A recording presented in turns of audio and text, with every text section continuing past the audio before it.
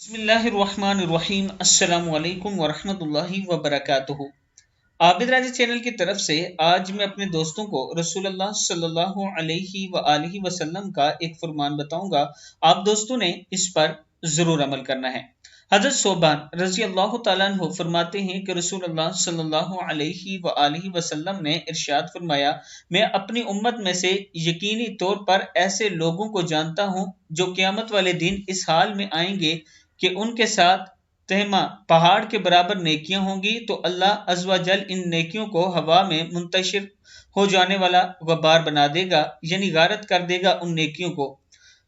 तो सोबान रजी अल्लाह तआला अन्हु ने अर्ज की, ए अल्लाह के रसूल सल्लल्लाहु अलैहि वआलिहि वसल्लम, हमें उन लोगों की निशानियां बताइए, हमारे लिए उन लोगों का हाल बयान फरमाइए, ताकि ऐसा ना हो कि हम इन्हें जान ना सकें और इनके साथ हो जाएं। तो रसूलुल्लाह सल्लल्लाहु अलैहि वआलिहि वसल्लम ने इरशाद फरमाया, वो लोग तुम लोगों के दीनी भाई होंगे और तुम लोगों की जिल्दी ज़ाहिरी पहचान इस्लाम में से होंगे और रात की इबादत में उसी तरह हिस्सा लेंगे जिस तरह तुम लोग लेते हो, यानी तुम लोगों की तरह ही क़यामुल लैल किया करेंगे। लेकिन उनका मामला ये होगा कि जब वो लोग अल्लाह की हराम करदा चीज़ों और कामों को तन्हाई में पाएंगे तो इन्हें इस्तेमाल करेंगे।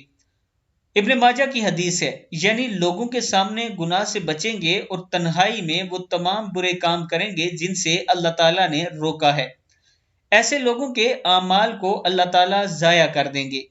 मैं अपने दोस्तों से गुजारिश करूंगा कि इस बुराई से बचना है, यानी तन्हाई की बुराई से आपने बचना है। अल्लाह ताला हम सबको रसूलुल्लाह सल्लल्लाहु अलैहि वआलिहि वसल्लम के फरमान के मुताबिक जिंदगी बसर करने की तौफीक अता फरमाए।